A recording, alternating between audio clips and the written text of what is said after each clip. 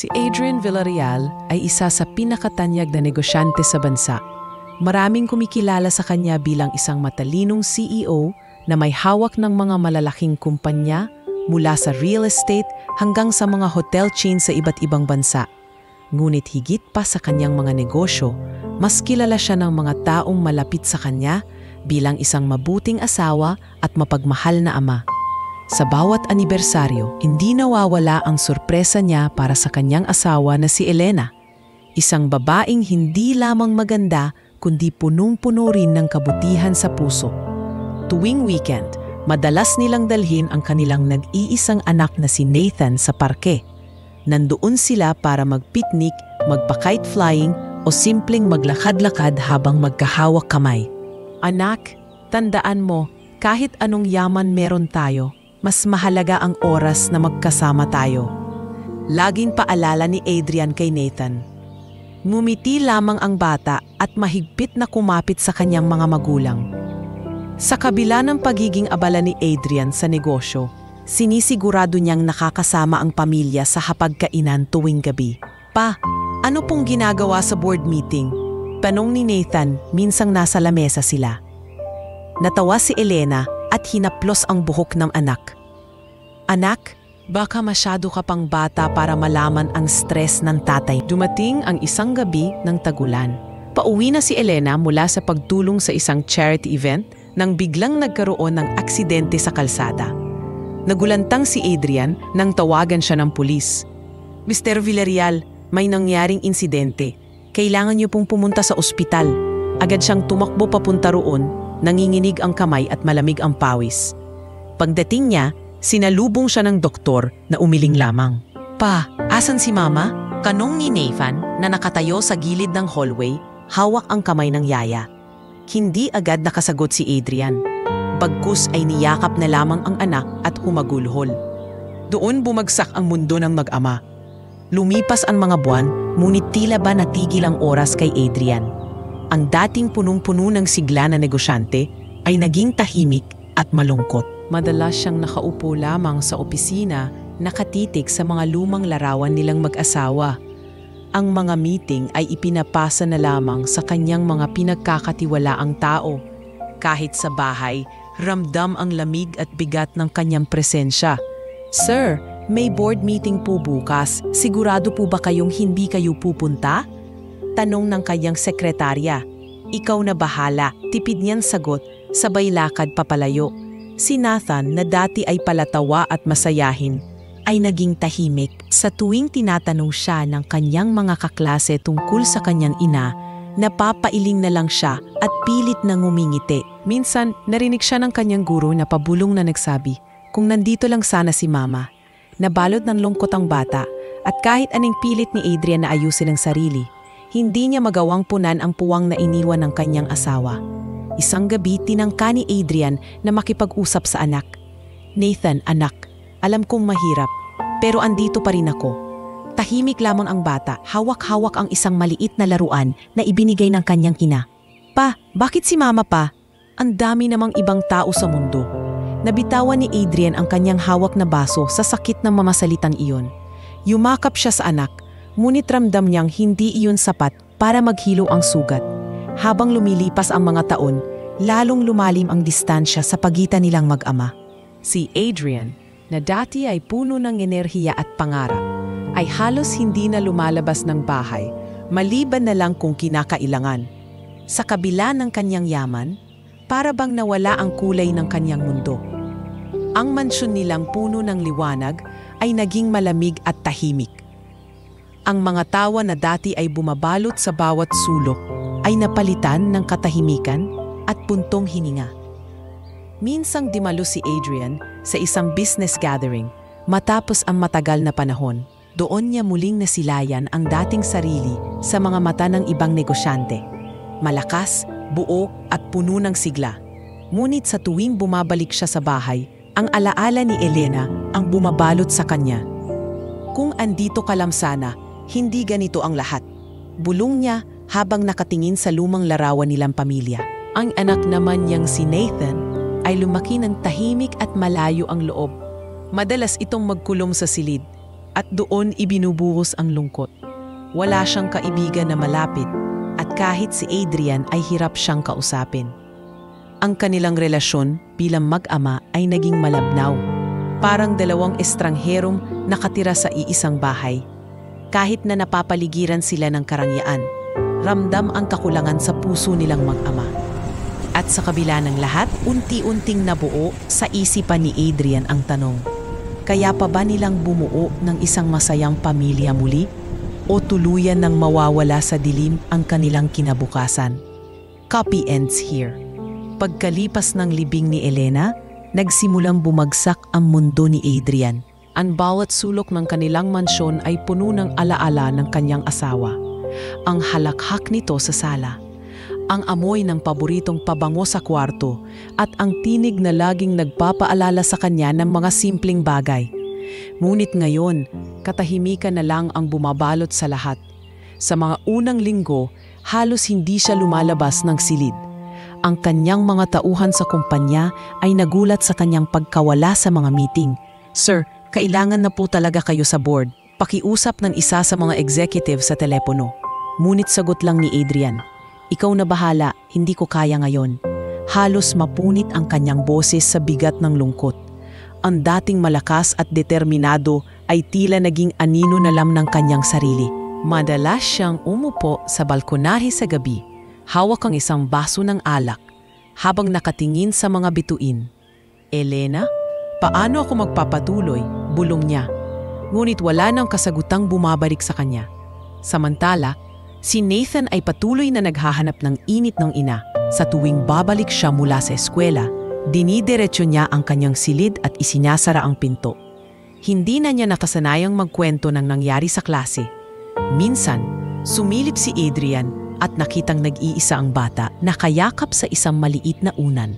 "Nathan, anak, kumain ka na?" Mahina niyang tanong. Hindi kumibo ang bata, tanging pag-iling lang ang isinagot.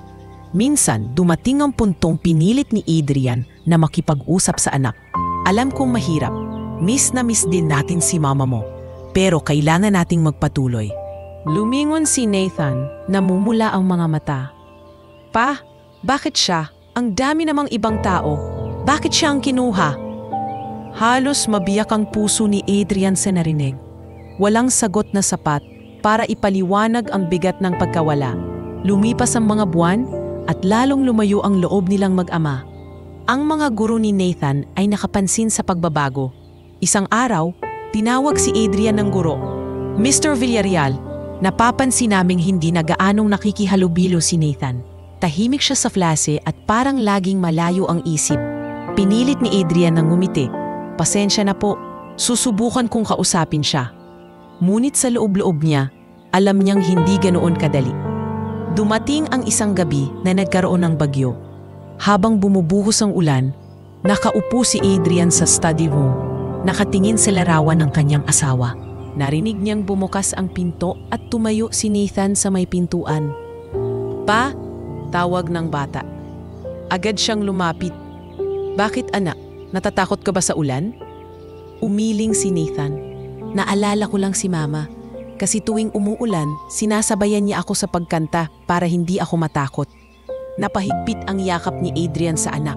Ngunit sa halip na maging mas malapit sila, ramdam pa rin ang distansya. Ang mga alaala ay nagdadala lamang ng kirot sa kanilang puso.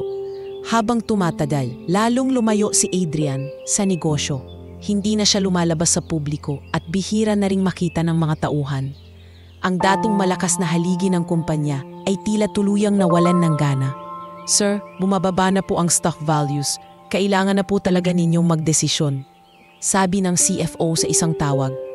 Ngunit hindi niya ito sineryoso. "Basta't hag nyo lang pabayaan. Kayo na ang bahala," sagot niya. Saka isinara ang telepono. Sa bahay, hindi rin nagiging maayos ang ugnayan nilang mag-ama. Kapag sabay silang kumakain, madalas katahimikan ang namamagitan. "Anak, kumusta ang klase mo?" tanong ni Adrian minsan. "Ayos lang," tipid na sagot ni Nathan, sabay tuloy sa pagkain. Wala nang karugtong. Ang kanilang hapagkainan na dati puno ng kwento at tawanan, ay naging lugar ng katahimikan at alaala ng pagkawala. Isang araw, nakatanggap si Adrian ng sulat mula sa guru ni Nathan. Mr. Villarreal, baka makakatulong po kung bibigyan ninyo si Nathan ng oras at atensyon. Ang kanyang kalungkutan ay lumalalim at baka makaapekto sa kanyang paglaki. Nabasa niya ito ng paulit-ulit at sa wakas ay napaisip siya. Ngunit kahit pa gusto niyang baguhin ang lahat, tila ba hindi niya alam kung paano magsisimula.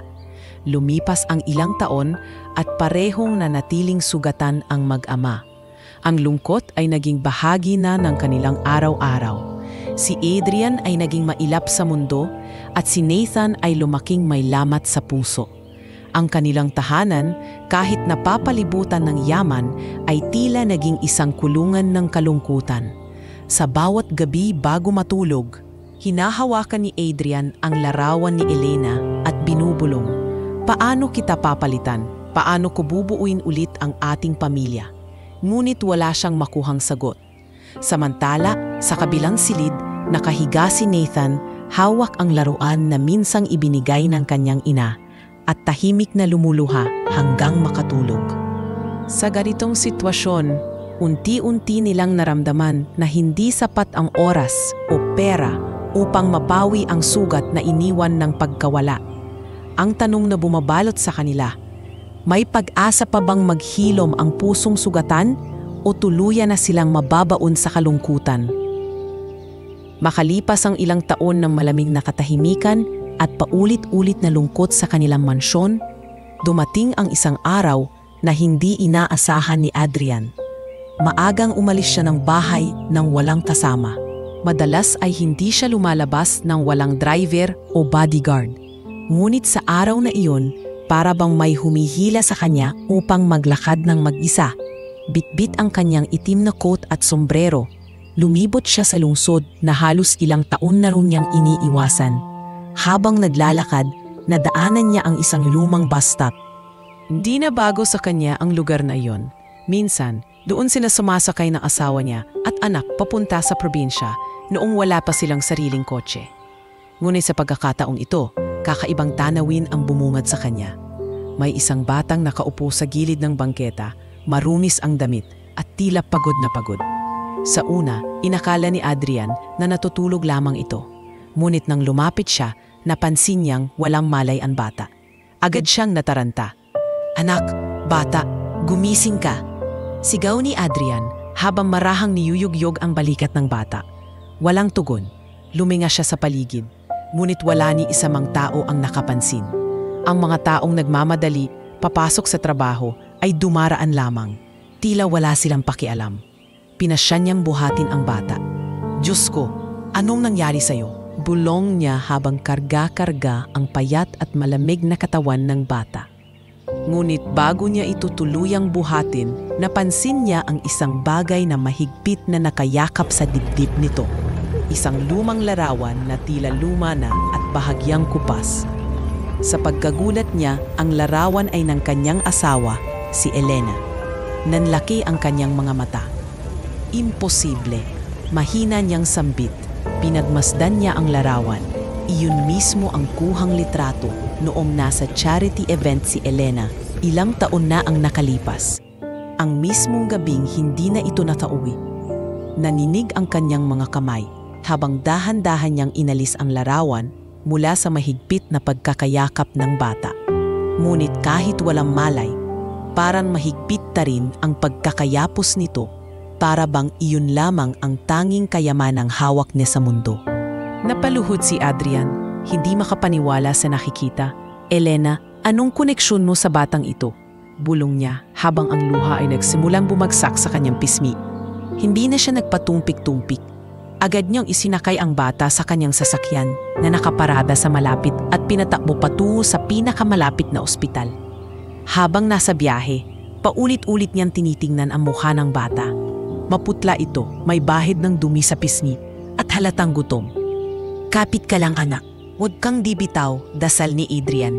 Pagdating sa ospital, sinalubo siya ng mga nurse at agad na binala ang bata sa emergency room. "Dok, biglaan siyang nawalan ng malay sa bus stop. Hindi ko alam kung anong nangyari, Paliwanag ni Adrian. Habang ang mga doktor ay abala sa pagsusuri, nanatili siyang nakaupo sa labas, hawak pa rin ang larawan ng kanyang asawa. Hindi niya maiwasang magbalik tanaw sa mga alaala. Muli niyang naramdaman ang bigat ng pagkawala ni Elena. Ngunit higit sa lahat, hindi niya maunawaan kung bakit may batang may hawak ng larawan nito. May hindi ba akong alam? May tinulungan ba si Elena na hindi ko nalaman? Paulit-ulit na tanong niya sa sarili. Lumapit ang isang nurse. Sir, stable na po ang kondisyon ng bata. Malamang ay dahil sa sobrang gutom at pagod kaya siya nawala ng malay. Napabuntong hininga si Adrian. Salamat, Dok. Ngunit agad niyang itinuloy. May kamag-anak ba siyang dumating? May pagkakakilanlan ba kayo? Umiling ang nurse. Wala po, sir. Walang ID, walang gamit. Tanging ang larawan lang po ng babaeng ito. Itinaas ng nurse ang larawan ni Elena at lalong nangilid ang luha ni Adrian. Pagbalik niya sa silid kung saan nakaratay ang bata, umupo siya sa gilid ng kama at pinagmamasdan ito. Payapa ang mukha ng bata habang natutulog, tila ba walang iniinda. Marahan niyang hinaplos ang buhok nito. Sino ka ba at bakit dala-dala mo ang bahagi ng puso ko? Bulong niya. Kinabukasan, nang magising ang bata, hindi agad ito nagsalita. Nakatingin lamang ito kay Adrian, tila may pag-aalinlangan. Ako si Adrian, mahinahong wika niya. Dinala kita rito kasi gusto kong makasiguro na ligtas ka. Tumingin ang bata sa kanyang kamay at agad hinanap ang larawan. Nang ibigay ito ni Adrian, mahigpit muli itong niyakap ng bata. Nasaan si Mama? Bulong ng bata. Halos hindi marinig. Natigilan si Adrian. Hindi niya alam kung paano sasagot. Sino ang mama mo, anak? Marahang tanong niya. Ngunit nanahimik lang ang bata. Tanging mga mata nito ang puno ng takot at lungkot. Sa mga sumunod na oras, pinasya ni Adrian na manatili sa ospital. Hindi niya kayang iwanan ang bata. Habang pinagmamasdan niya ito, naramdaman niya ang kakaibang koneksyon. Isang hindi ito agad nakikipag-usap. Parang may takot sa kahit sino maliban kay Adrian. Madalas ay nakaupo lamang ito sa gilid ng kama, hawak-hawak pa rin ang lumang larawan ni Elena.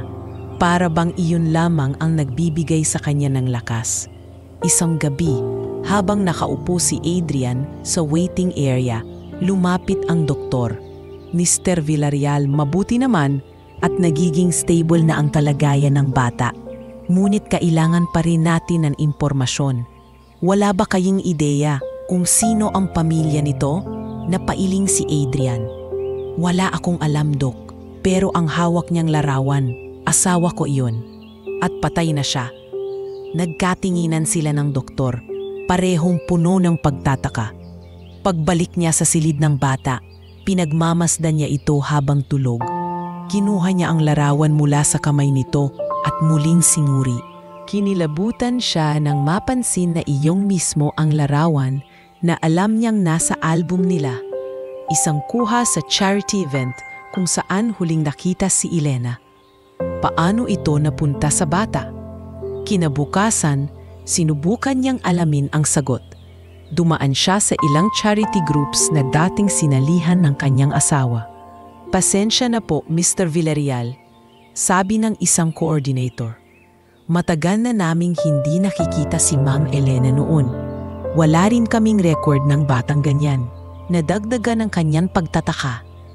Habang naglalakad siya pa uwi, hindi niya maiwasang maalala ang mga gabing abala si Elena sa pagtulong sa mga mahihirap. Adrian, hindi lahat ng bagay tungkol sa akin ay alam mo. May mga bagay akong tinutulungan nang hindi ko nasasabi sa iyo. Hindi dahil gusto kong itago, kundi dahil baka isipin mong sobra na akong napapagod. Minsang biro ni Elena sa kanya. Noon, hindi niya binigyang pansin ang sinabi ng asawa. Ngunit ngayon, parang may bigat ang bawat salita nito. Pagbalik niya sa ospital, tinanong niya ang bata, "Anak, saan mo nakuha ang larawang ito?" Nakatingin lamang ang bata, nanginginig ang labi. Si Mama ang nagbigay. Natigilan si Adrian. Sino ang tinutukoy mong mama? Ngunit agad itong tumalikod at humiga, ayaw na magsalita. Habang nag-iisip, napansin niya ang ilang gamit na naiwan sa bulsa ng bata. May maliit na piraso ng papel, may sulat kamay na pamilyar sa kanya. Maging matatag ka at huwag kang matakot. Lagi kitang aalagaan. Naramdaman ni Adrian na halos mabali ang kanyang tuhod. Ang sulat kamay na iyon ay kay Elena. Kinabukasan, kinausap niyang doktor. Dok, may posibilidad bang bagong mamatay ang asawa ko na kasama niya ang batang ito? Tumango ang doktor. Posible po, lalo na kung nasa lugar siya ng mga nangangailangan. Baka isa sa mga tinulungan niya. Ngunit hindi iyon sapat na paliwanag para sa kanya. Ang dami niyang tanong. Bakit hawak ng bata ang larawan? Bakit tila mahigpit ang koneksyon kay Elena? Hindi nakatiis si Adrian. Pumunta siya sa kanilang lumang bahay sa probinsya kung saan nakatago ang mga gamit ng kanyang asawa. Binuksan niya ang isang lumang kahon na hindi pa niya nabubuksan mula nang mamatay si Elena. Doon niya nakita ang mga sulat kamay nitong diaries at ilang Polaroid photos. Habang binabasa niya, natagpuan niya ang isang entry. May batang lagi kong nakikitang nag-iisa sa kalsada malapit sa charity center. Hindi ko alam ang pangalan niya, pero may lungkot sa mata niya na hindi ko matiis. Binigyan ko siya ng maliit na larawan ko. Baka sakaling maalala niyang may taong nagmamahal sa kanya. Nabagsak ang luha ni Adrian sa binasa. Ngayon malinaw na kung bakit hawak ng bata ang larawan. Hindi ito anak ng kanyang asawa. Hindi rin ito sikreto. Isa lang itong batang tinulungan. Isang batang pingakita ang may halaga sa mundo. Ngunit para sa kanya, tila ba ito'y iniwan na tagapagmana ng pagmamahal ni Elena. Muli siyang bumalik sa ospital. Nakaupo ang bata sa kama, tahimik. Alam mo ba anak? Panimula ni Adrian. Ang babaeng nasa larawan na hawak mo, siya ang asawa ko. At bago siya nawala, gusto niyang tulungan ang mga kagaya mo. Alam kong mahalaga siya sa iyo at sigurado akong mahalaga ka rin sa kanya. Napatingin ang bata. Tila ba ngayon lang naintindihan ang lahat? Hindi pa rin alam ni Adrian kung anong koneksyon pa ang naghihintay. Ngunit alam niyang kailangan niyang ipagpatuloy ang paghahanap ng katotohanan. At higit sa lahat, naramdaman niyang may bagong responsibilidad siya, alagaan ang batang ito. Kulad ng kung paano ito inalagaan ng kanyang asawa kahit sa maikling panahon. Sa gabing iyon, habang tinitingnan ng bata na mahimbing na natutulog, hawak ang larawan ni Elena. Naramdaman ni Adrian na unti-unting bumabalik ang init na matagal nang nawala sa kanyang puso. Ngunit kasabay nito, bumabalik din ang mga tanong. Bakit siya? Bakit ang batang ito? Ano pa ang hindi ko alam tungkol sa asawa ko? At sa katahimikan ng gabi, pinangako niya sa sarili na hahanapin niya ang lahat ng sagot. Matapos makalabas ng ospital ang bata, pinasya ni Adrian na dalhin muna ito sa kanyang mansyon. Wala siyang ibang mapagkakatiwalaang pwedeng sumalo sa responsibilidad. At higit sa lahat, hindi niya kayang hayaan na muling mag-isa ang batang tila walang ibang tahanan. Nang dumating sila, sinalubong sila ng mga kasambahay na tila nagulat. "Sir, sino po yan?" tanong ng matandang yaya. "Sa ngayon, siya muna ang aalagaan natin. Wala siyang kasama sa buhay," sagot ni Adrian. Diretso, ngunit may bigat sa tinig. Noong una, hindi naging madali. Ang bata ay tahimik, halos hindi nagsasalita. Lagi nitong hawak ang larawan ni Elena at madalas ay nakaupo lamang sa isang sulok. Sa mga unang araw, pinilit ni Adrian na magbigay ng kaunting kasiyahan. "Anak, gusto mo bang kumain ng spaghetti? Paborito ito ng anak ko noon." Ngunit umiling lang ang bata. Sa halip, yumakap ito sa larawan na parang iyon lang ang nagbibigay ng kapanatagan. Samantala, si Nathan ay hindi alam kung paano tatanggapin ang bagong presensya sa kanilang bahay. Una, may pagtataka at konting pagseselos. "Pa, bakit siya dinala dito? Hindi ba't wala naman natin siya kilala?" Tanong niya isang gabi habang sabay silang kumakain. Nagulat si Adrian sa diretsahang tanong ng anak. "Anak, hindi natin siya pwedeng pabayaan. Alam mo, ang mama mo ang dahilan kung bakit hawak niya ang larawang iyon.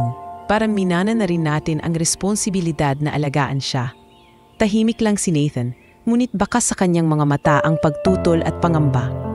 Sa mga sumunod na linggo, unti-unting nagbago ang ihip ng hangin sa kanilang tahanan. Habang laging kasama ni Adrian ang bata, na kalaunay ipinakilala niya bilang Miguel, nagsimulang maging mas bukas ang bata sa kanyang pakikitungo. Isang umaga, habang nasa hardin, nakita ni Adrian na naglalaro si Miguel ng maliit na bola. "Magaling ka palang magpaikot niyan," biro niya. Ngumiti ang bata, isang ngiting bihira niyang makita. Tinuro ni Mama dati, bago siya nawala. Natigilan si Adrian. Ramdam niya ang kirot, ngunit hindi niya pinahalata. Isang araw, napansin ni Nathan na nakikipaglaro si Miguel sa aso nilang si Max. Tahimik when pinagmamasdan mula sa bintana, ngunit hindi niyang maiwasang mapangiti nang makita ang bata na tumatakbo sa damuhan na parang walang iniintinding problema. Nang dumating si Adrian, tinapik niya ang balikat ng anak. "Nakikita mo? May potensyal siyang magdala ng liwanag dito." Napayuko si Nathan. "Pero paano naman ako? Lagi kang abala sa kanya ngayon." Naluha si Adrian, biglang napagtanto na hindi niya dapat pabayaan ang sariling anak. "Pasensya ka na, Nathan. Hindi kita kinalimutan. Pareho kayong mahalaga." Sa mga gabing sabay-sabay silang kumakain, nagsimula ng makisama si Miguel. Minsan, marahan itong nagtanong, "Kuya Nathan, pwede ba kitang maging kalaro?" Nabigla si Nathan, ngunit kalaunan ay tumango rin. Unti-unting nabasag ang yelo sa pagitan nila. Sa unang pagkakataon matapos ang ilang taon, muling naririnig ni Adrian ang halakhak ng dalawang bata na naglalaro sa sala. Ngunit hindi lamang simpleng alaga ang nakikita ni Adrian kay Miguel. Sa bawat araw na lumilipas, ramdam niyang may koneksyon ang bata kay Elena. Sa paraan ng pagtawa nito, sa mga simpleng salita, para bang naririnig niya ang dating tinig ng kanyang asawa. Tuwing nakikita niyang mahimbing na natutulog si Miguel, hindi niya maiwasang mapalapit ang kanyang puso.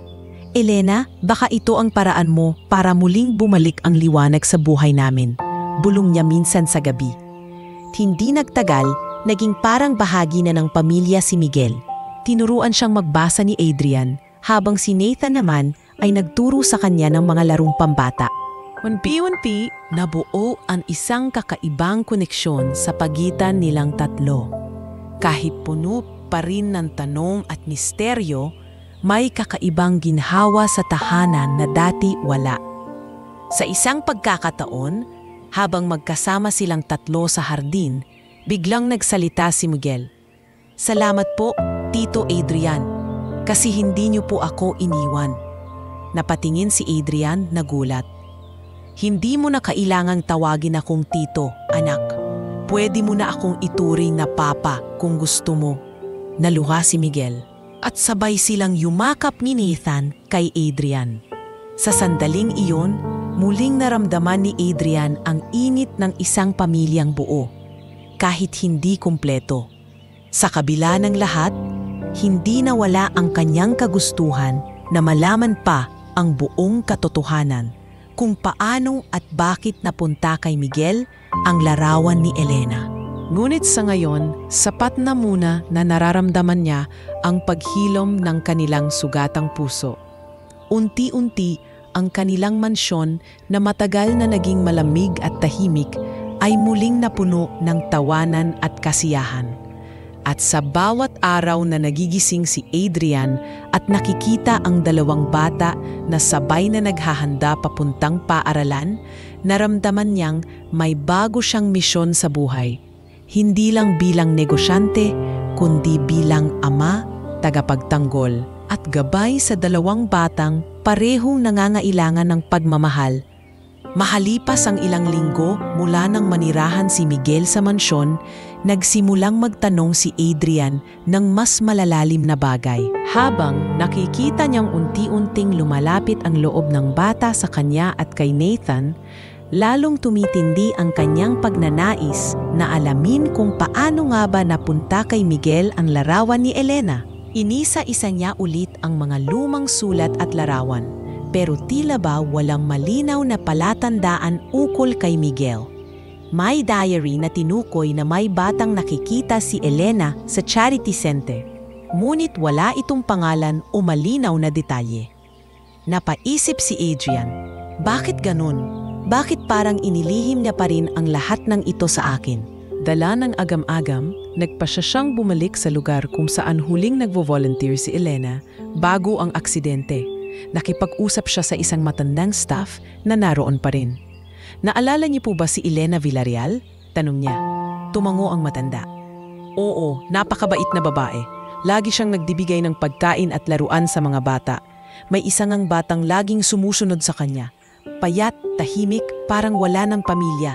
Siya ang pinakamalapit kay Ma'am Elena. Nanindig ang balahibo ni Adrian. Bata, naalala niyo po ba ang pangalan? Umiling ang matanda. Pasensya na pero hindi ko na maalala. Ang tanda ko lang, binigyan siya ni Ma'am ng maliit na larawan. Lagi niya iyong hawak-hawak. Habang pauwi, hindi mawala sa isip ni Adrian ang sinabi ng matanda.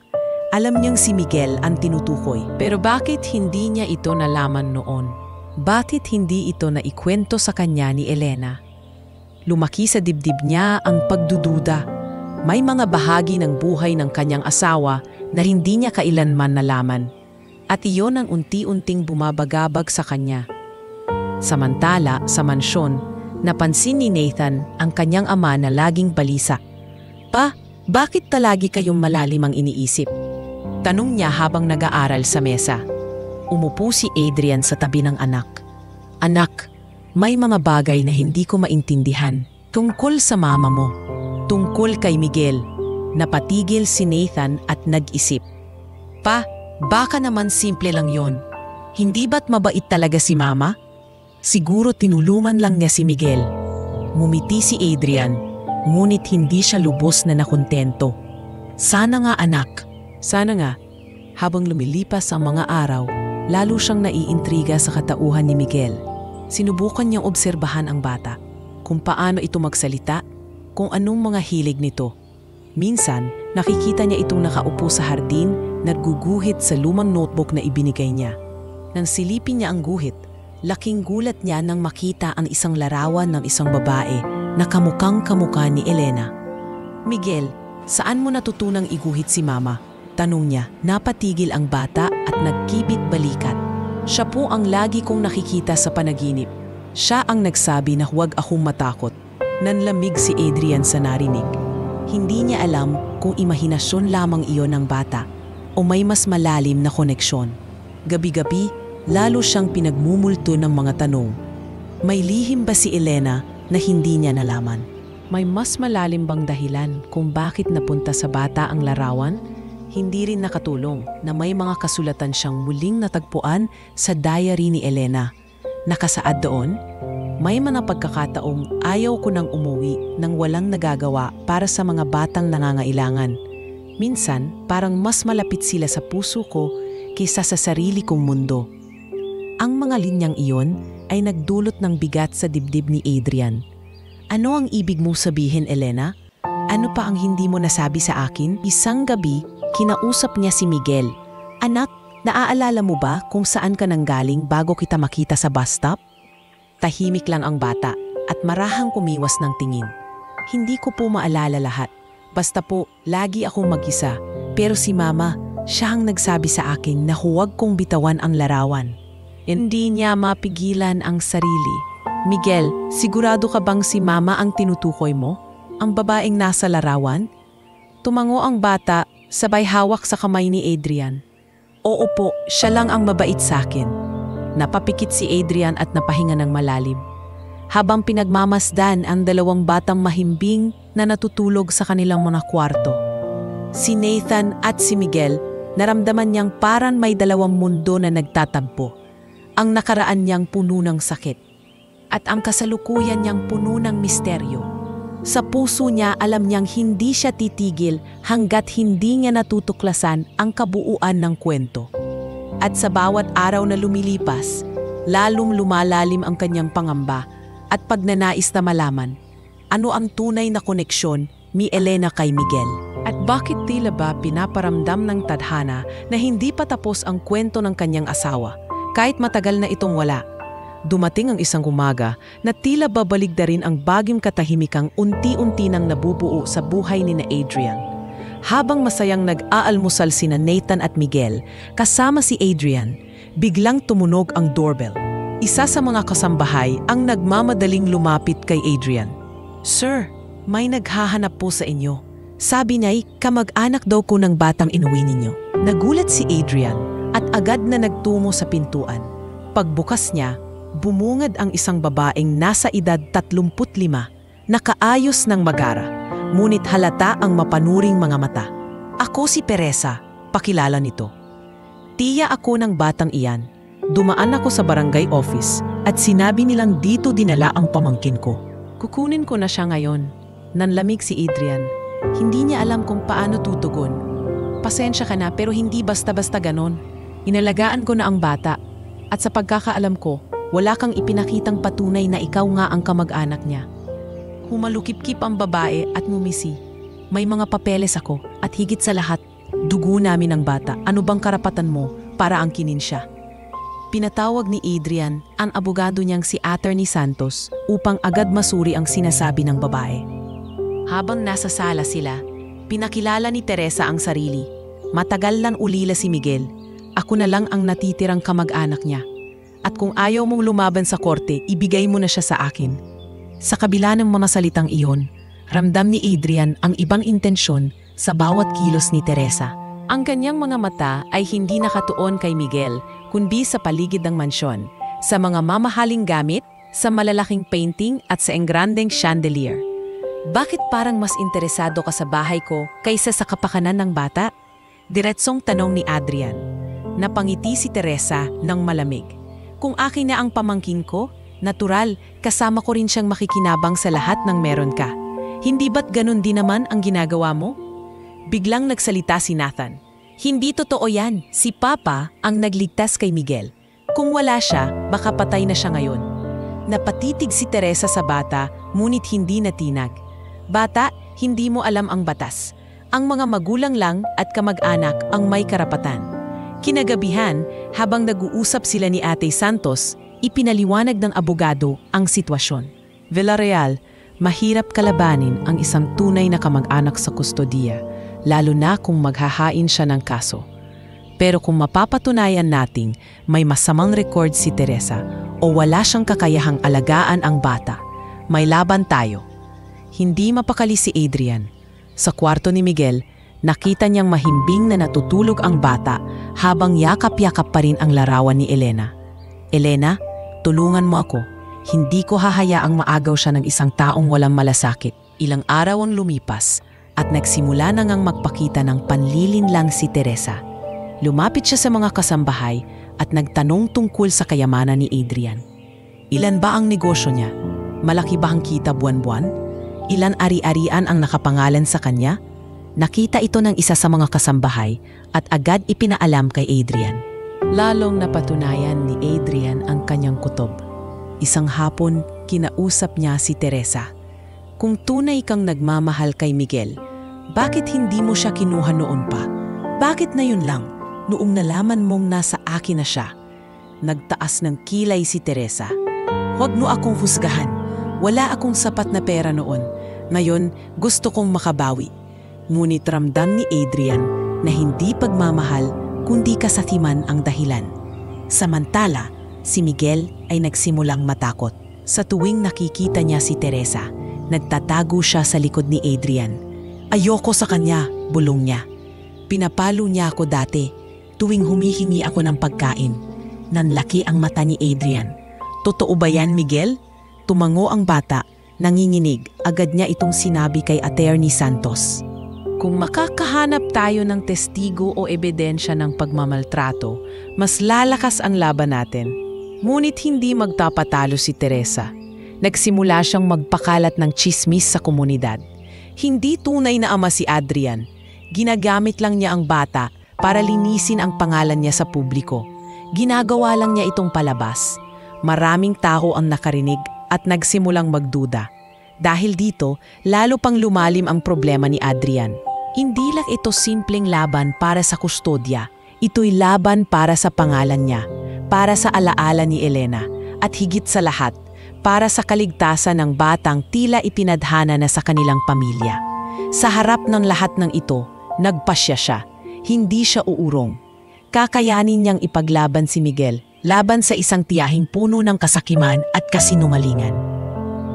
Sa kanyang puso, alam niyang ito ang tamang gawin at kahit gaano kahirap ang magiging laban, handa siyang tumayo para sa bata, para kay Miguel at para sa pag-ibig na iniwan ng kanyang asawa. Lumipas ang mga araw matapos magpakilala si Teresa at kahit pilit niyang iginiit ang kanyang karapatan kay Miguel, mas naging malinaw kay Adrian kung ano ang tunay na nararamdaman ng bata. Kapag nasa paligid ang babae, tila natatakot si Miguel. Nagkukubli sa likod ni Adrian o ni Nathan at ayaw lumapit. Ngunit kapag silang tatlo lamang ang magkasama, si Adrian, Nathan at Miguel, unti-unti nang lumilitaw ang sigla at tuwa sa mga mata ng bata. Isang umaga, habang nasa hardin, nakaupo si Miguel sa ilalim ng puno ng mangga. May hawak siyang papel at lapis at abala sa pagguhit. Lumapit si Adrian at sumilip.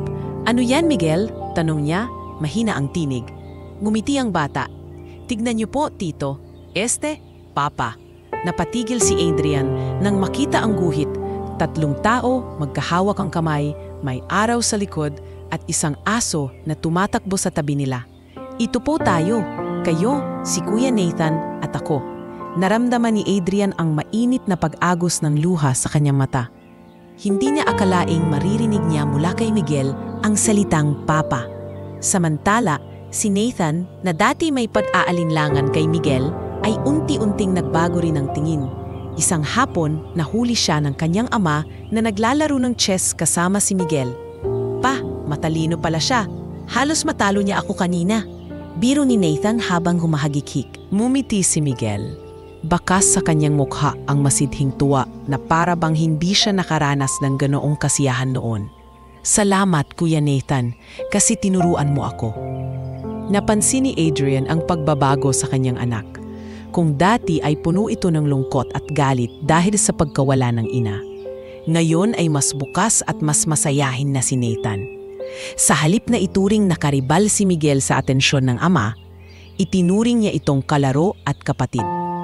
Sa mga hapunan, hindi na katahimikan ang nangingibabaw, kundi tawanan at kwentuhan. Minsan ay natatawa si Adrian habang pinagmamasdan ang 2 bata na nagtutuksuhan. "Kuya Nathan, ang bagal mong kumain. Ikaw Miguel, puro kalaro, wala ka ng oras mag-aral." Ngunit higit sa lahat, si Adrian mismo ay nakaranas ng pagbabago. Dati, iwas siyang magpakita ng emosyon. Ngunit nang makasama niya si Miguel, para bang bumalik ang bahagi ng kanyang sarili na matagal nang nawala. Naging mas bukas siya sa pagpapakita ng pagmamahal, mas mabilis siyang ngumiti, at hindi na siya gaanong nahihirapan sa mga alaala ni Elena. Sa halip, nararamdaman niya na ang presensya ng kanyang asawa ay buhay pa rin sa pagmamahal na ipinapakita niya sa mga bata. Isang gabi, bago matulog, nakipag-usap si Adrian kay Nathan. "Anak, pasensya ka na kung minsan, pakiramdam mo'y mas binibigyan ko ng atensyon si Miguel. Hindi ko sinasadya. Gusto ko lang siguraduhin na ligtas siya."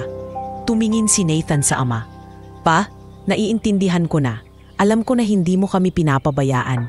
At saka, masaya ako na may kasama na ako sa bahay. Hindi na ako nag-iisa." Napayakap si Adrian sa anak at naramdaman niya ang gaan ng loob. Samantala, si Miguel ay nagsimula ng magbukas ng kanyang mga pangarap. Isang araw, habang nasa kusina, bigla siyang nagsalita. "Pa, paglaki ko, gusto kong maging guro para matulungan ko rin yung mga batang kagaya ko noon." Natigilan si Adrian. "Anak, hindi mo na kailangang magdusa pa kagaya ng dati. Andito kami ni Kuya para sa'yo." Mumiti ang bata at tumakbo papunta kay Nathan para magpaturo ng assignment. Dahil sa unti-unting pagbabago ng kanilang tahanan, muling nabuhay ang masiglang enerhiya sa mansyon. Ang mga kasambahay na dati palaging tahimik at nag-aalangan dahil sa lungkot ng kanilang amo ay nakikitawa na rin sa tuwing naririnig ang mga halakhak ng 2 bata. "Sir, Ibang-iba na po kayo ngayon. Ani ng yaya minsang kausap si Adrian. Parang bumalik po ang sigla ninyo. Tumango si Adrian, nakatingin sa malayo. Siguro kasi hindi na ako nag-iisa. At siguro, ito ang paraan ni Elena para ipaalala sa akin na dapat akong magpatuloy. Ngunit hindi pa rin nawala sa isip niya ang laban nila kay Teresa. Sa kabila ng mga kasong isinusulong ng babae, hindi niya hinayaang guluhin nito ang kasalukuyang kaligayahan ng kanyang pamilya. Sa halip, mas lalo niyang ipinakita kay Miguel na mahalaga siya, hindi bilang pamalit kay Elena, kundi bilang batang karapat-dapat sa pagmamahal at pag-aaruga. Sa paglipas ng panahon, naging malinaw kay Adrian na hindi na siya nag-iisa sa laban. Mayroon na siyang 2 anak na bumubuo sa kanyang mundo. Si Nathan, ang anak na tunay na dugo niya, at si Miguel, ang batang minahal ng kanyang asawa at ngayoy minamahal din niya ng buong puso. At sa bawat umagang na nagigising siya sa tawanan ng dalawa, nararamdaman niyang unti-unting natutupad ang bagay na akala niya imposibleng mangyari muli, ang magkaroon ng isang masayang pamilya. Habang unti-unting lumalapit ang loob ni Miguel kay Adrian at Nathan, hindi pa rin natatapos ang misteryo sa likod ng koneksyon niya kay Elena. Isang hapon, matapos silang maghapunan, may dumating na bisita sa mansyon. Isang babaeng matanda, may dalang maliit na bayong, at halatang galing sa isang mahirap na lugar. Kinilala siya ng yaya. "Sir, siya po si Aling Rosa, kapitbahay noon ni Teresa." Agad siyang pinapasok ni Adrian at pinaupo sa sala. Halata sa mukha ng matanda ang bigat ng gustong ibahagi. "Pasensya na po kung bigla akong pumunta, pero may matagal na po akong gustong sabihin tungkol sa bata." Tila huminto ang oras sa sala. Nakaupo si Miguel sa gilid, tahimik na nakikinig habang mahigpit na yakap pa rin ang larawan ni Elena. "Si Elena po, asawa ninyo. Nakita ko siyang minsang dumalaw sa lugar namin ilang taon na ang nakalipas. Panimula ni Aling Rosa. Marami siyang bitbit na pagkain at gamot para sa mga bata. Doon ko siya unang nakita kasama si Miguel. Malapit na malapit sila." Napakunot ang noo ni Adrian. "Ano ang ibig niyo pong sabihin na malapit sila?" Umiling ang matanda at napabuntong hininga. "Hindi siya anak ni Elena. Kung yun po ang iniisip ninyo. Pero tinulungan siya ng asawa ninyo noong halos wala nang kumukupkop sa bata. Alam kong sa kanya nang galing ang larawang iyan. Narinig ko pa noon habang kausap niya si Miguel, huwag mong kalimutan may nagmamahal sa'yo." Kaya simula noon, hindi na binitawan ng bata ang litrato. Nagulat si Adrian. Biglang bumalik sa alaala niya ang diary entry na nabasa niya noon tungkol sa batang nakikita ng asawa malapit sa charity center. Ngayon, napatunayan niya kung sino iyon. Halos mabali ang kanyang dibdib habang iniisip na ang asawa pala niya, kahit sa huling mga buwan ng kanyang buhay, ay nagbigay pa rin ng pagmamahal sa ibang bata. Pero bakit hindi niya sinabi sa akin? Mahina niyang bulong, halos tanong sa sarili. Mumiti si Aling Rosa. Siguro dahil alam niyang hindi mo mauunawaan agad. Baka iniwasan niyang magdulot ng alitan. Pero tandaan mo, sir, hindi dahil sa lihim, kundi dahil sa kabutihang likas sa kanya. Napaiyak si Miguel at sa unang pagkakataon, nagsalita siya ng buong tapang. Siya lang po ang nagpakita ng malasakit sa akin. Lagi niya akong kinakausap, binibigyan ng pagkain. Kaya noong wala na siya, iniwan lang niya sa akin ang larawan. Wala na po akong iba. Lumapit si Adrian at niyakap si Miguel ng mahigpit. "Miguel, ngayon alam ko na hindi kita kailanman iiwan. Kung mahal ka ni Elena, mamahalin din kita." Naluha si Nathan sa tabi nila at sumali sa yakap. Sa sandaling iyon, parang nabuo muli ang pamilyang dati ay wasak. Ngunit hindi doon nagtapos ang pag-amin. Ibinunyag din ni Aling Rosa na kilala niya si Teresa. Matagal na po niyang pinapahirapan ang bata. Madalas hindi pinapakain at kapag nagrereklamo, sinasaktan. Kaya noong makita niyang may kaya kayo, naisip niyang baka pagkakitaan ng bata. Lalong nag-init ang dugo ni Adrian. Kung ganon, mas lalo kong ipaglalaban si Miguel. Hindi siya babalik sa kamay ng taong walang puso. Kinabukasan, kinausap ni Adrian ang kanyang abogado at ibinahagi ang testimonya ni Aling Rosa. Ito na ang patunay na hindi karapat-dapat si Teresa. May saksi tayo na nakakita ng pagmamaltrato at higit sa lahat, may kwento tayo tungkol sa koneksyon ni Elena sa bata. Tumango ang abogado. Malakas na ebidensya ito, sir. Magagamit natin sa korte. Samantala, sa bahay, mas lalo pang lumapit si Nathan kay Miguel. Alam mo, hindi ko na iniisip kung paano ka napunta rito. Ang mahalaga, nandito ka na. At kung minahal ka ni Mama noon, ibig sabihin kapatid na rin kita ngayon. Napaluha si Miguel at niyakap ang kuya. Salamat Kuya Nathan, akala ko wala na akong pamilya. Sa mga sumunod na araw, naging mas magaan ang pakikitungo ni Adrian. Sa tuwing nakikita niyan magkasamang naglalaro ang dalawa, nararamdaman niya ang presensya ng kanyang asawa. Parang ipinagkatiwala nito si Miguel sa kanila bago siya tuluyang nawala. At sa puso ni Adrian, nabuo ang isang pangako, hinding-hindi niya hahayaang masira ng kasakiman at kasinungalingan ang binubuong pamilya nilang tatlo. Sa katahimikan ng gabi, muling humarap si Adrian sa lumang larawan ng kanyang asawa. Elena, salamat. Dahil kay Miguel, natuto kaming muling magmahal at magsimula. Huwag kang mag-alala, hindi ko sila pababayaan.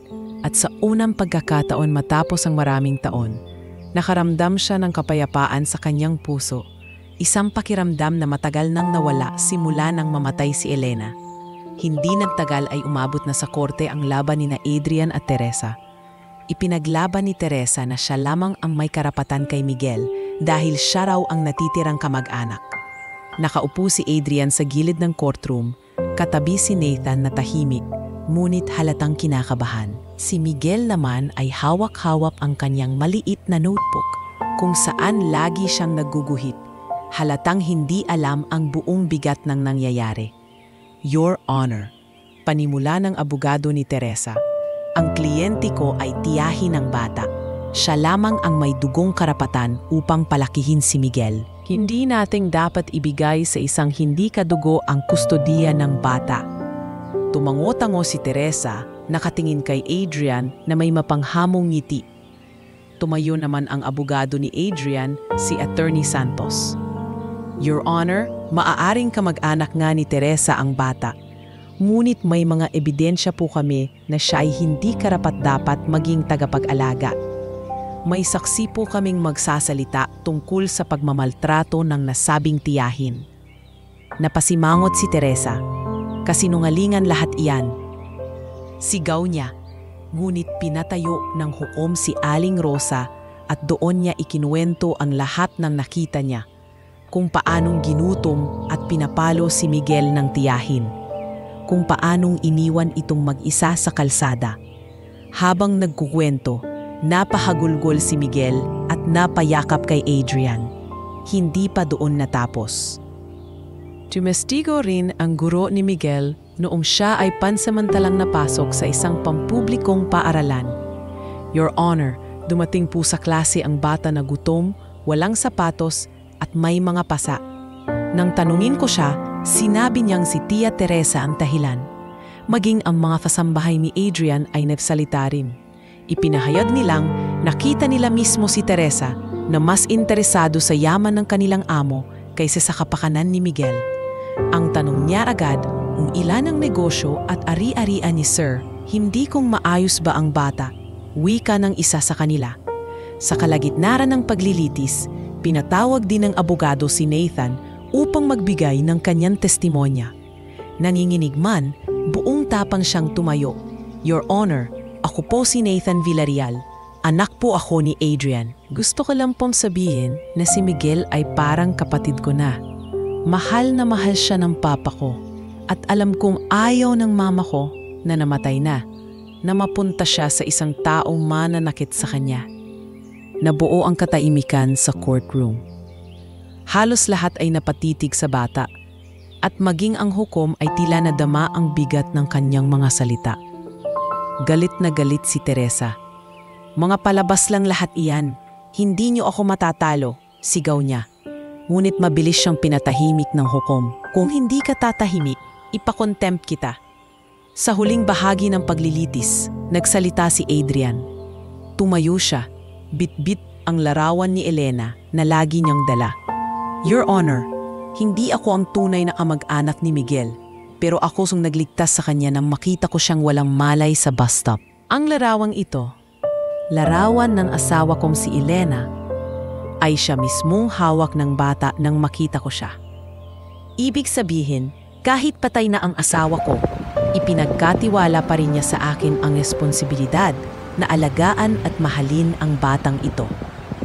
Hindi ko siya kadugo, pero ang puso ko ay kumikilala sa kanya bilang sarili kong anak. Natahimik ang buong korte. Si Miguel ay napaluha at yumakap kay Adrian. Papa, huwag mo akong iiwan. Pinahid ni Adrian ang luha ng bata at mahigpit itong niyakap. Matapos ang ilang oras na deliberasyon, binalikan ng hukom ang lahat ng testimonya at ebidensya. Sa lahat ng ipinakita sa korte, malinaw na si Teresa ay hindi karapat-dapat sa kustodya ng bata. Ang kanyang layunin ay pansariling interes lamang. Samantalang si Ginoong Adrian Villarreal ay nagpakita ng tunay na pagmamahal at kakayahan na magbigay ng maayos na buhay kay Miguel. Kaya't aking ipinagkakaloob ang kustodiya ng bata kay Ginoong Villarreal. Nabunutan ng tinik si Adrian, napahagulgol si Miguel at yumakap kay Nathan. Si Teresa naman ay halos magwala. Hindi ito matatapos. Babalik ako, sigaw niya habang inaalis palabas ng mga gwardiya.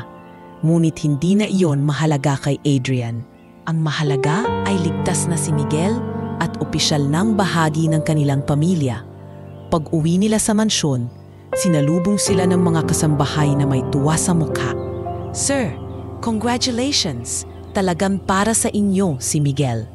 Lumapit si Nathan kay Miguel at inakbayan siya. Ngayon, wala nang makakaagaw sa iyo. Ikaw na talaga ang kapatid ko. Sa gabing iyon, habang magkakasamang nakaupo sina Adrian, Nathan at Miguel sa sala, ramdam nilang parang may bagong liwanag na sumisikat sa kanilang tahanan. Hindi na ito ang dating malamig at malumpot na mansyon. Muling bumalik ang init, ang saya at higit sa lahat, ang diwa ng isang tunay na pamilya. Habang pinagmamasdan ni Adrian ang dalawang bata, naisip niya, Elena, tinupad ko ang panako ko. Hindi ko sila pababayaan at simula ngayon, bubuin namin ang buhay na hindi mo na nasaksihan. Sa gabing iyon, mahimbing na nakatulog si Miguel at si Nathan ay ngumiti bago pumikit. Si Adrian naman ay tahimik na nakatingala sa langit. Alam niyang kahit sa kabilang buhay, nakangiti si Elena sa kanila. Makalipas ang ilang linggo, mula nang igawad ng korte kay Adrian ang kustodiya kay Miguel, unti-unti nang nagbago ang takbo ng kanilang araw-araw.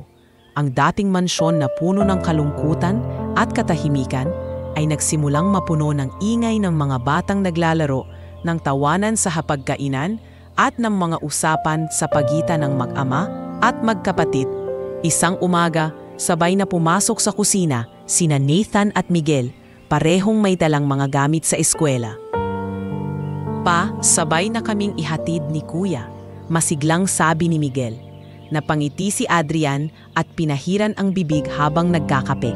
Kung sabay kayong mag-aral ng mabuti, sabay ko rin kayong susunduin. Nagtawanan ang dalawa at ang mga kasambahay ay hindi maiwasang mapangiti sa tuwing makikita ang pagbabago sa kanilang amo. Sa paaralan, unti-unti ring naging mas masigla si Nathan. Kung dati laging tahimik at mailap, ngayon ay may bagong kumpiyansa. Natuto siyang makihalubilo muli dahil lagi niyang kasama si Miguel. Siya ang kapatid ko, ipinagmamalaki niyang sabi sa kanyang mga kaklase kapag tinatanong kung bakit palagi silang magkasama. Para kay Nathan, hindi na mahalaga kung hindi sila magkadugo. Ang mahalaga ay ang damdaming nagbubuklod sa kanila. Para kay Miguel, ila muling sumikat ang araw. Hindi na siya takot na pumunta sa klase. Lagi siyang may baon mula kay Adrian at natututo siyang magsalita at magbahagi ng mga pangarap. Isang araw, tinanong siya ng guro, "Miguel, ano ang gusto mong maging paglaki mo?" Matapang niyang sagot, "Gusto ko pong maging guro para matulungan ko ang mga batang gaya ko noon." Tumayo ang guro at tinuri siya. "Napakaganda ng pangarap mo at sigurado akong magagawa mo iyan." Samantala, si Adrian ay muling nakatagpo ng inspirasyon sa kanyang trabaho. Matagal na niyang iniwan ang pangangasiwa sa kumpanya. Ngunit dahil sa dalawang bata, nagkaroon siya ng panibagong sigla. Sa isang board meeting, nagulat ang lahat nang bigla siyang dumating. "Sir, hindi namin inasahan ang pagdalo ninyo," ani ng isa sa mga direktor. Ngumiti si Adrian. "Panahon na para muling harapin ko ang lahat. Hindi lang para sa akin, kundi para sa mga anak ko." Naging inspirasyon si Miguel sa mga empleyado ng kumpanya. Kapag dumadalaw si Adrian kasama ang dalawang bata, nararamdaman ng lahat ang pagbabago. Parang bumalik ang dati nating CEO, masigla at may tapang, bulong ng isang staff. Natuwa si Adrian sa mga narinig at sa kanyang puso, alam niyang utang niya kay Miguel at kay Nathan ang kanyang pagbabalik loob sa buhay. Sa kanilang tahanan, hindi na malamig ang gabi. Madalas silang sabay-sabay na kumakain ng hapunan at nagkukwentuhan tungkol sa kanilang araw. Nakakuha ako ng mataas na marka sa math. Masayang kwento ni Nathan. At ako naman, natuto akong magbasa ng bagong kwento sa klase. Sabat ni Miguel. Napangiti si Adrian at sabay nilang niyakap. "Pareho kayong nagbigay ng saya sa akin. Ipinagmamalaki ko kayong dalawa. Maging ang mga kasambahay ay nakadama ng kaginhawaan." "Sir, iba na po talaga ang bahay na ito. Parang bumalik ang liwanag," sabi ng yaya isang gabi. Tumango si Adrian. "Oo, dahil hindi na ako nag-iisa. At hindi na rin nag-iisa ang mga anak ko. Ngunit hindi lamang sa loob ng tahanan nagbago ang lahat. Ang pangalan ni Adrian ay muling naging malinis sa lipunan matapos siyang mapuri ng media bilang isang negosyanteng hindi lang sa negosyo nakatuon, kundi pati na rin sa pamilya. Lumabas pa ang isang artikulo, "Milyonaryong nagligtas ng bata, inspirasyon sa lahat." Ngunit higit pa sa mga papuri at balita, ang pinaka nagpasaya kay Adrian ay ang nakikitang pagbabago sa kanyang mga anak. Isang gabi, habang nakaupo sa beranda, nilapitan siya ni Nathan. "Pa, salamat po. Kung hindi dahil sa inyo, baka hanggang ngayon malungkot pa rin ako." Inaplos ni Adrian ang balikat ng anak. "Anak, ikaw ang dahilan kung bakit lumaban ako. At ngayon, masaya ako dahil may kasama na tayong isa pa, si Miguel." Lumapit si Miguel na may dalang notebook. "Pa, tignan niyo po. Ginuhit ko tayo. May araw, may bahay, at may mama sa langit." Napaluha si Adrian sa guhit ng bata. Isang larawan ng kanilang pamilya, kasama si Elena na nakangiti mula sa kalangitan. Sa wakas, naramdaman ni Adrian na nagsisimula ng maghilom ang sugat ng nakaraan. Hindi pa rin mawawala ang sakit ng pagkawala ni Elena. Ngunit ang presensya ni Nathan at Miguel ay nagsilbing sagot sa kanyang mga panalangin. Isang bagong simula ang ibinigay sa kanya ng tadhana. Isang pagkakataon upang ipagpatuloy ang buhay, hindi para kalimutan ang nakaraan, kundi para igalang ang alaala nito. At habang mahimbing na natutulog sina Nathan at Miguel, nagdasal si Adrian ng taimtim. "Elena, salamat. Hindi ko inakalang muli akong makakaramdam ng ganitong ligaya. Pangako, iingatan ko sila hanggang sa huli." At sa gabing iyon, natulog siya ng may ngiti sa labi. Alam niyang sa kabila ng lahat, nagsisimula na silang muli. Isang bagong pamilya, mas matatag at puno ng pag-asa. Mabilis ang naging pagbabago sa buhay ni Adrian mula nang tuluyan niyang tanggapin si Miguel bilang anak. Kung dati halos nakatali siya sa anino ng nakaraan at lungkot, ngayon ay unti-unti na siyang bumabangon. Sa bawat araw na lumilipas, ramdam ng lahat na bumalik na muli ang dating lakas ng loob at tapang ni Adrian. Hindi lang bilang isang negosyante, kundi higit sa lahat bilang isang ama. Isang umaga, Dumating si Adrian sa opisina nang hindi inaasahan ng mga empleyado. Noon pa lamang, ramdam na ng lahat ang pagbabago. Hindi na ito ang lalaking nakasuot ng itim na suit at may madilim na ekspresyon, kundi isang masiglang tao na may ngiti sa labi. Magandang umaga, bati niya sa lahat habang pumapasok. Napatigil ang ilang staff at napatingin sa isa't isa. Grabe, ibang-iba na si Sir, parang pumalik yung dating niyang sigla. Bulong ng isa. Sa board meeting, buong tapang na humarap si Adrian sa mga executive. Alam kong matagal akong nawala sa pamamalakad, pero mula ngayon, babawi ako. Hindi lang para sa kumpanya, kundi para sa kinabukasan ng mga anak ko. Kailangan ko ipakita sa kanila na ang tunay na lakas ay hindi lang nasusukat sa pera, kundi sa tapang na bumangon muli. Nagpalakpakan ang lahat at doon naramdaman ni Adrian na kaya niyang muling harapin ang mundo. Samantala sa bahay, mas lalo pang naging masigla ang samahan ni Nathan at Miguel. Madalas silang maglaro sa hardin at sa gabi naman, sabay silang nag-aaral. Si Nathan ay nagiging mas responsible. Pinuturuan si Miguel ng mga aralin. Kuya, paano ba to? Tanong ni Miguel habang hawak ang math assignment. Ganito lang yan, tignan mo. Kung kaya ko, kaya mo rin. Sagot ni Nathan na may halong lambing. Hindi maiwasang mapangiti si Adrian tuwing nakikita silang dalawa. Isang araw, inimbitahan si Miguel na sumali sa isang art contest sa kanilang paaraalan. Dahil sa kanyang talento sa pagguhit, pinili siya ng guro. Kinabahan si Miguel at lumapit kay Adrian. Pa, kaya ko po kaya? Hinawakan ni Adrian ang balikat ng bata. Anak, hindi importante kung manalo ka o hindi. Ang mahalaga, gawin mo ang buong makakaya mo. Tandaan mo, proud na ako sa'yo kahit anong mangyari. Niyakap siya ni Miguel at nagpasalamat. Dumating ang araw ng contest. Kasama ni Adrian at Nathan si Miguel sa venue. Doon, ipinakita ng bata ang kanyang galing. Gumuhit siya ng isang pamilyang magkahawak kamay, may araw na sumisikat, at may babaeng nakatayo sa gilid na tila nagbabantay. Nang makita iyon ni Adrian, napaluha siya. Elena, ikaw ang inspirasyon niya. Kahit hindi nanalo ng unang pwesto si Miguel, siya pa rin ang pinakapinuri ng lahat. Ang ganda ng mensahe ng guhit mo, sabi ng isa sa mga hurado. Habang tumatagal, nagiging inspirasyon si Miguel hindi lang kay Adrian at Nathan, kundi pati sa mga tao sa paligid. Maraming guro at magulang ang humahanga sa tapang at sigla ng bata kahit dumaan siya sa napakaraming hirap. Napakabuti ng ginawa ninyo, Mr. Villarreal, wika ng isang guro. Kung hindi dahil sa inyo, baka hindi siya nakaranas ng ganitong saya. Tumango si Adrian at ang tanging sagot niya ay, hindi lang ako. Gawa ito ng pagmamahal ng asawa kong si Elena. Pinagpatuloy lang namin ang sinimulan niya. Sa kumpanya, nakahanap si Adrian ng bagong direksyon. Naisip niyang hindi sapat na magpatuloy lang sa negosyo, gusto niyang may mas malalim na saysay. Kaya't inilunsad niya ang isang foundation sa pangalan ni Elena. Ang layunin, tumulong sa mga batang mahihirap, lalo na sa mga tulad ni Miguel na iniwan ng pamilya at walang masilungan. Nang araw ng paglulunsad, dala ni Adrian sina Nathan at Miguel sa entablado.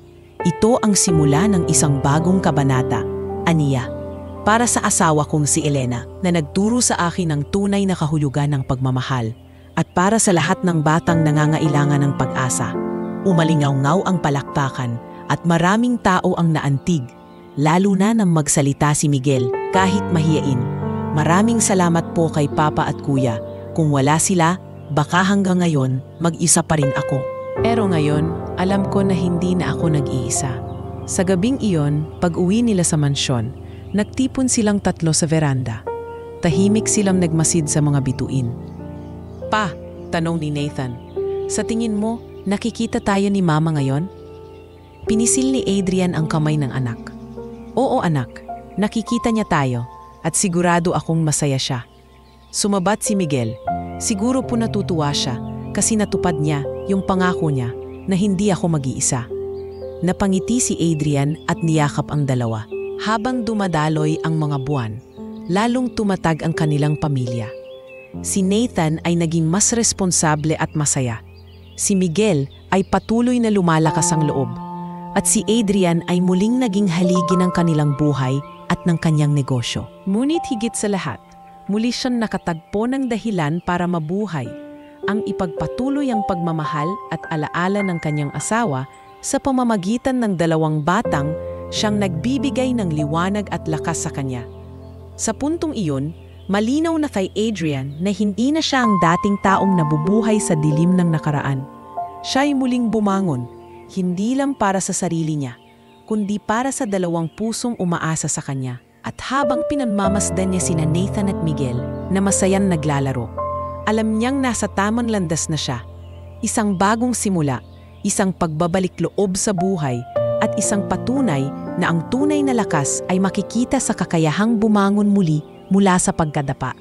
Akala ni Adrian ay natapos na ang lahat nang maipanalo niya sa korte ang kustodya kay Miguel. Tahimik at payapa na ang kanilang buhay at unti-unting nagbabalik ang normal na ritmo ng kanilang pamilya. Ngunit gaya ng madalas mangyari, hindi natatapos ang laban ng ganun-ganun lang. Isang araw, habang nag-aalmusal silang tatlo, dumating ang isa sa mga kasambahay na may dalang diaryo. "Sir, baka gusto niyong makita ito," pag-aalangan nitong sabi. Kinuha ni Adrian ang diaryo at halos malaglag niya ang tasa ng kape sa kanyang binasa. Nasa front page ang headline, "Milyonaryo, ginagamit ang bata para linisin ang pangalan ayon sa tiyahin."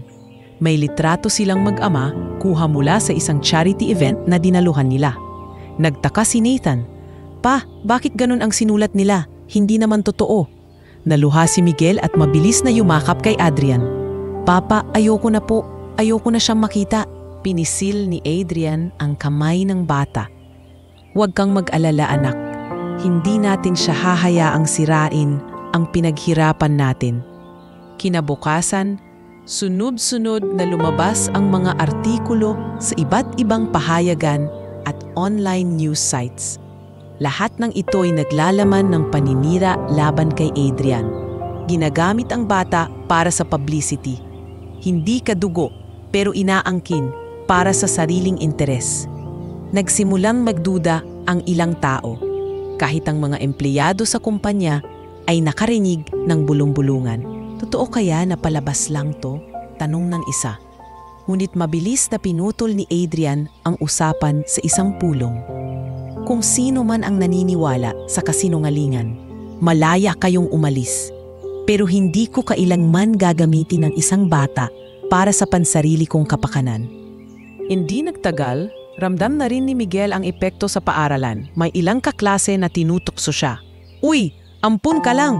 Hindi ka naman tunay na anak!" Nag-init ang tainga ni Nathan nang marinig ito at agad niyang ipinagtanggol ang kapatid. "Kung may problema kayo sa kanya, sa akin kayo lumapit. Wala kayong karapatang saktan siya." Ngunit kahit na ipagtanggol siya, naiwan pa rin ang sugat sa damdamin ni Miguel. Sa bahay, umiiyak siyang lumapit kay Adrian. "Pa, baka mas mabuti kung umalis na lang ako. Baka mas lalong masira ang pangalan niyo." Agad siyang niyakap ni Adrian. "Huwag mong iisipin yan. Ikaw ang anak ko at walang makakapagbago noon." Hindi rin nakaligtas si Adrian sa mga hamon sa negosyo. May mga kliyenteng umatras dahil naniniwala sila sa mga balitang kumakalat. "Pasensya na, Mr. Villarreal, pero hindi magandang imahe para sa kumpanya namin ang makasama sa eskandalo," sabi ng isa sa telepono. Napabuntong hininga si Adrian matapos ibaba ang tawag, ngunit hindi siya nagpatalo. Alam niyang kailangan niyang patatagin ang kumpanya para sa kinabukasan ng kanyang mga anak. Sa kabila ng lahat, mas lalo pang pinatibay ng mga pagsubok ang kanilang samahan bilang pamilya. Lalo silang nagkapit-bisig. Madalas silang mag-usap sa hapagkainan. "Kahit anong mangyari, hindi ko kayo iiwan," sabi ni Nathan. "Ako rin po, Papa. Hindi ako bibitaw," dagdag ni Miguel. At doon napagtanto ni Adrian na ang tunay na lakas ay hindi nakukuha sa kayamanan o kapangyarihan, kundi sa pagkakaisa at pagmamahal sa isa't isa. Sa isang panalangin bago matulog, nagpasalamat si Adrian. "Elena, alam kong sinusubok kami ngayon, pero salamat at binigyan mo ako ng dalawang batang ito na nagsisilbing lakas ko. Kakayanin namin ang lahat, basta't magkasama. At sa gitna ng mga unos na bumabalot muli sa kanilang pamilya, muling napatunayan ni Adrian na hindi nasusukat sa tsismis o kasinungalingan ang katotohanan. Sapagkat sa bawat araw na nagigising siya, nakikita niya ang dalawang batang dahilan ng kanyang pagbabangon at yun lamang ang tunay na mahalaga. Habang patuloy ang paninira ni Teresa sa media, hindi tumigil si Adrian at ang kanyang abogado sa pagkolekta ng ebidensya laban dito. Alam nilang hindi magtatagal at lalabas din ang totoo. Sa kabila ng mga negatibong balita, nanatiling matatag si Adrian sa harap ng kanyang mga anak. Huwag kayong matakot, anak. Lagi niyang sinasabi, ang katotohanan ang magtatanggol sa atin. Isang hapon, dumating si Ater Santos sa mansyon na may dalang makapal na folder. Sir, may natuklasan kami. Aniya, habang inilalapad ang mga dokumento sa mesa. Ang lahat ng papeles na ipinakita ni Teresa sa korte noon, mga birth certificate, mga pirma, lahat yon ay peke. Gumamit siya ng peking notaryo at binayaran ang ilang tao para makakuha ng mga huwad na dokumento.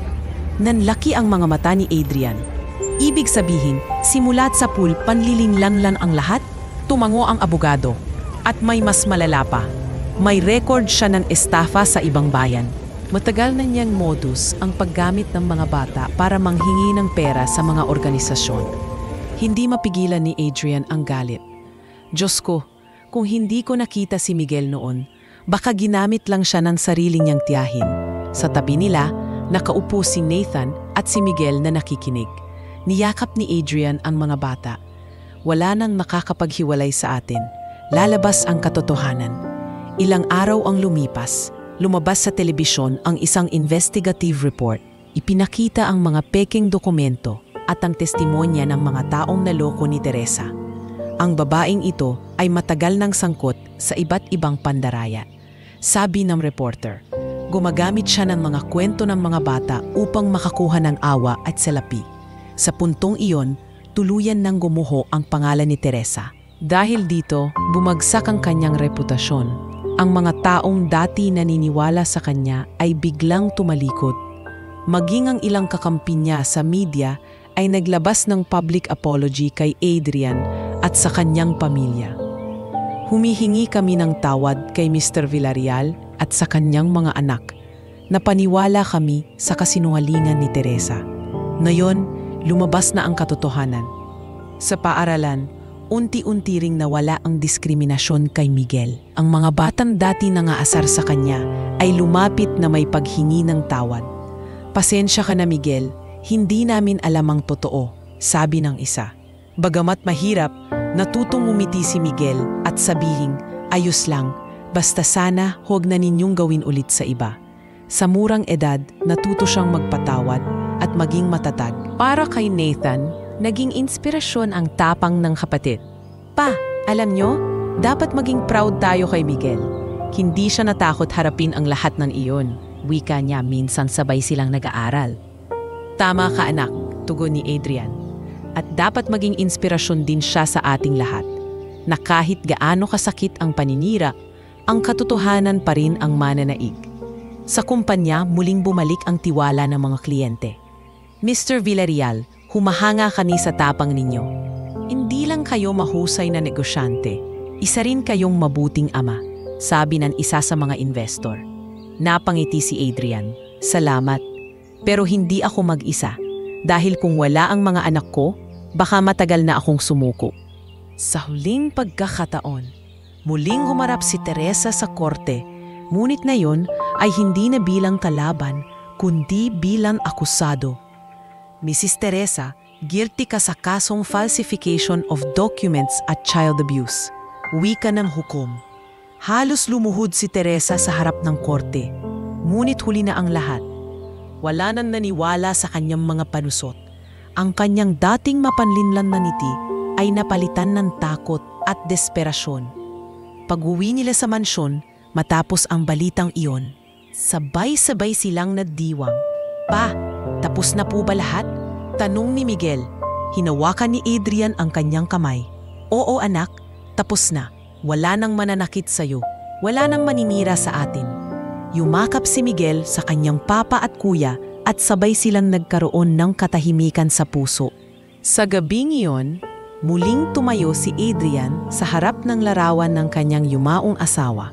Elena, natapos na rin ang laban na iniwan mo sa akin. Ligtas na si Miguel. Maipagmamalaki mo ang dalawang anak mo, si Nathan at si Miguel. Pareho silang matapang at mabubuting bata. At salamat dahil sa kanila natuto ulit akong magmahal. Sa unang pagkakataon, matapos ang napakaraming taon ng sakit at laban, tuluyang natapos ang pananakot ni Teresa. At sa puso ni Adrian, naramdaman niyang unti-unti nang napapalitan ng kapanatagan at pag-asa ang bigat ng nakaraan. Makalipas ang ilang linggo matapos makulong si Teresa, unti-unti nang nagbalik sa normal ang takbo ng buhay ni Adrian, Nathan at Miguel. Ngunit sa kabila ng katahimikan, may bigat pa rin sa puso ni Adrian. Hindi siya mapalagay sa tuwing naiisip niya ang tiyahin ni Miguel. Oo, nagkasala ito at nararapat pagdusahan ang kanyang ginawa. Ngunit hindi maikakaila na siya pa rin ang natitirang kamag-anak ng bata. Sa kanyang puso, alam ni Adrian na hindi niya kayang manatiling may galit sa isip at damdamin. Lalo na't nakikita niya kung gaano naapektuhan si Miguel. Isang gabi, habang nakaupo sila sa hapagkainan, bigla na lang nagsalita si Miguel. "Papa, si Tia Teresa po, nakakulong na siya, di ba?" Tumango si Adrian. "Oo anak, at hindi ka na niya masasaktan." Saglit na natahimik ang bata bago muling nagtanong. "Pa, masama po ba kung patawarin ko siya?" Napatigil si Adrian, maging si Nathan ay hindi nakapagsalita agad. "Bakit mo naisip yan, anak?" Mahinahong tanong ni Adrian. Kasi po, kahit anong gawin ko, siya pa rin ang kamag-anak ko. At sabi ni Mama sa larawan, huwag akong matakot magmahal. Baka kailangan niya lang din ng taong magpatawad. Naluha si Adrian sa sinabi ng bata. Nakita niya ang tunay na kabutihan sa puso ni Miguel. Isang kabutihan na malinaw na iniwan ni Elena bilang pamana. Kaya kinaumagahan, nagpasya si Adrian na dalawin si Teresa sa kulungan. "Pa, sasama ako," sabat agad ni Miguel. "Gusto kong sabihin sa kanya na pinatawad ko na siya." Nang araw na iyon, dinala ni Adrian sina Nathan at Miguel sa bilangguan.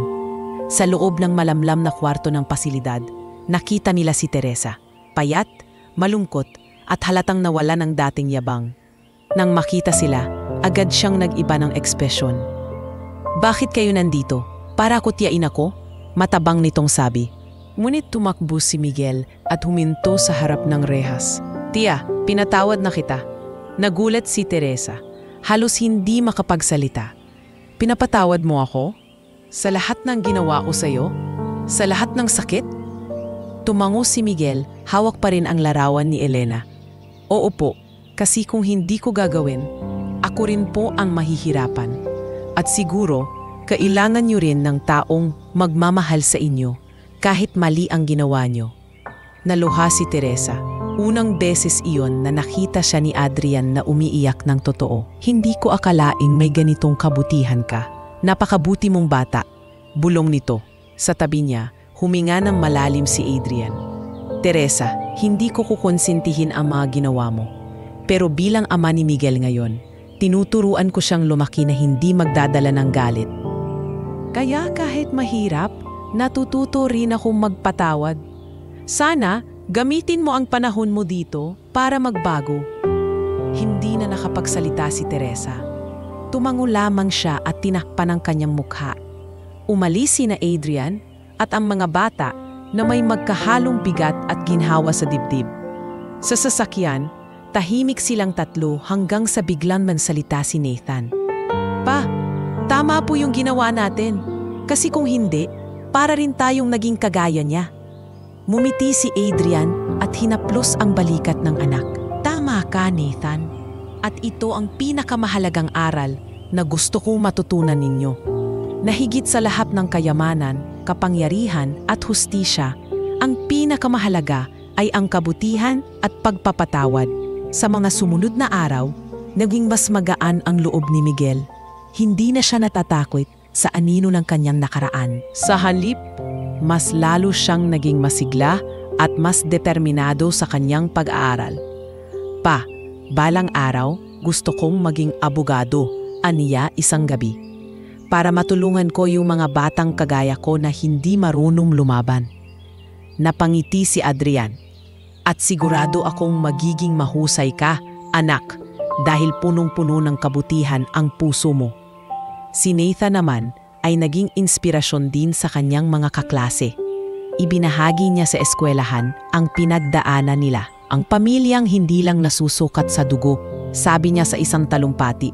Ang pamilya ay yung mga taong pipiliing mahalin at ipaglaban ka, kahit wala kayong koneksyon sa dugo. Palakpakan ang buong klase at maraming estudyante ang naantig sa kanyang mga salita. Sa bahay, mas naging buo ang kanilang samahan. Sa bawat hapunan, lagi may aral na natututunan ang mga bata mula kay Adrian. Mga anak, tandaan nyo, ani niya, minsang sabay silang kumakain. Hindi lahat ng laban ay kailangang daanin sa galit. Minsan, mas malakas ang taong marunong magpatawad. Tumango ang dalawang bata, sabay sabing, "Opo pa." At sa bawat araw na lumilipas, mas lalo pang lumalim ang pagmamahalan sa kanilang pamilya.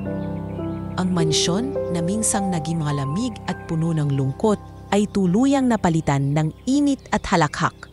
At sa puso ni Adrian, alam niyang ito ang tunay na pamana na iiwan niya sa kanyang mga anak. Hindi lang kayamanan, kundi ang aral ng pagmamahal at kapatawaran. Makalipas ang ilang buwan mula nang tuluyang makalaya sa anino ng nakaraan si Adrian at ang kanyang pamilya, nagpatuloy ang kanilang tahimik at masayang buhay. Ngunit sa kabila ng lahat ng pagbabago, nanatili pa rin sa puso ni Adrian ang isang puwang, ang pagkawala ng kanyang asawang si Elena. Kahit anong saya ang dala ng kanyang mga anak, ramdam pa rin niyang may bahagi ng kanyang puso na hindi niya kayang punan mag-isa. Isang araw, habang dumadalo siya sa isang charity event na nakapangalan kay Elena, muli niyang nakilala si Clara, matagal nang kaibigan ng kanyang yumaong asawa. Si Clara ang isa sa mga madalas na kasama ni Elena noon sa mga outreach program at medical mission. Mahinahon itong lumapit sa kanya. "Adrian, ang tagal na rin nating hindi nagkita." Bati nito na may ngiti. "Salamat at itinuloy mo pa rin ang mga proyekto ni Elena." Nagulat si Adrian ngunit agad na nagbalik ang alaala. Naalala niya kung paano lagi siyang kinukwento ni Elena tungkol kay Clara, kung gaano ito kasipag at may malasakit sa kapwa.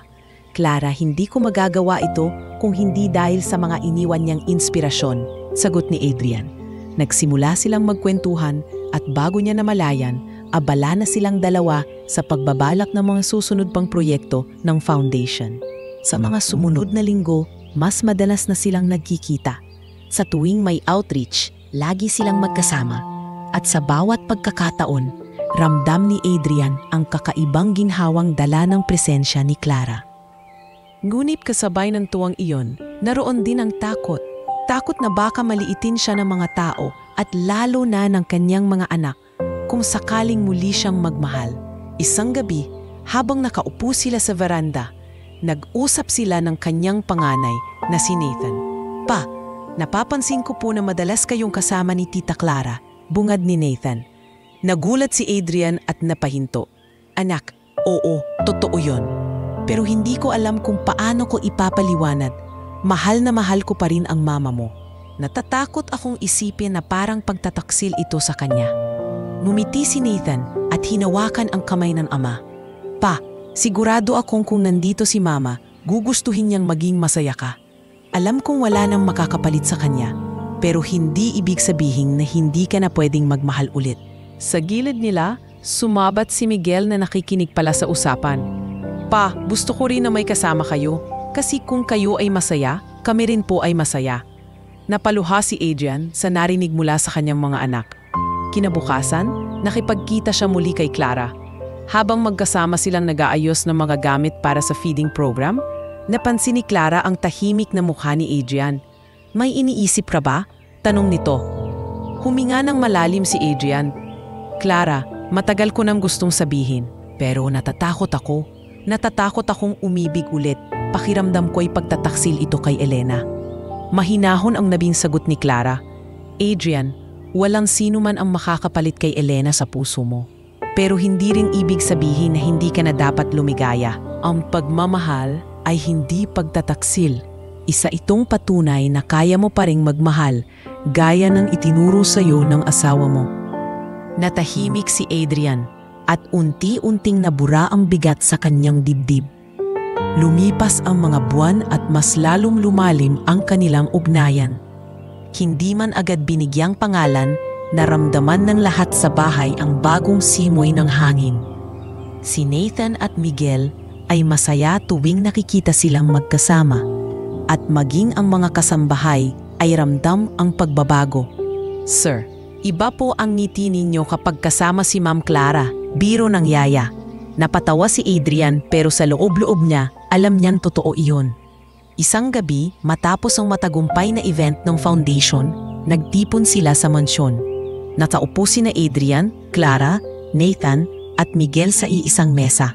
Doon nagsalita si Adrian, bakas ang emosyon sa kanyang tinig. Mga anak, gusto kong malaman ninyo na hindi kailanman mawawala ang pagmamahal ko sa mama ninyo. Pero natutunan ko rin mula sa inyo na ang puso ay may kakayahang magmahal muli at gusto kong malaman ninyo na mahalaga na rin sa akin si Clara. Nagkatinginan sina Nathan at Miguel at sabay silang ngumiti. Pa, masaya kami para sa inyo, wika ni Nathan. Kung mahalaga siya kay mama noon bilang kaibigan, mas lalo kaming masaya na mahalaga na rin siya sa atin ngayon. Dagdag ni Miguel. Naluha si Clara at hindi maiwasang napangiti. Salamat mga anak, hindi ko gustong palitan ang mama ninyo. Gusto ko lang maging karugtong ng pagmamahal na iniwan niya. At sa gabing iyon, natutunan ni Adrian na ang pagbabalik ng pag-ibig ay hindi pagtataksil, kundi isang pagpapatuloy. Sa wakas, nagkaroon siya ng lakas ng loob na harapin ang hinaharap.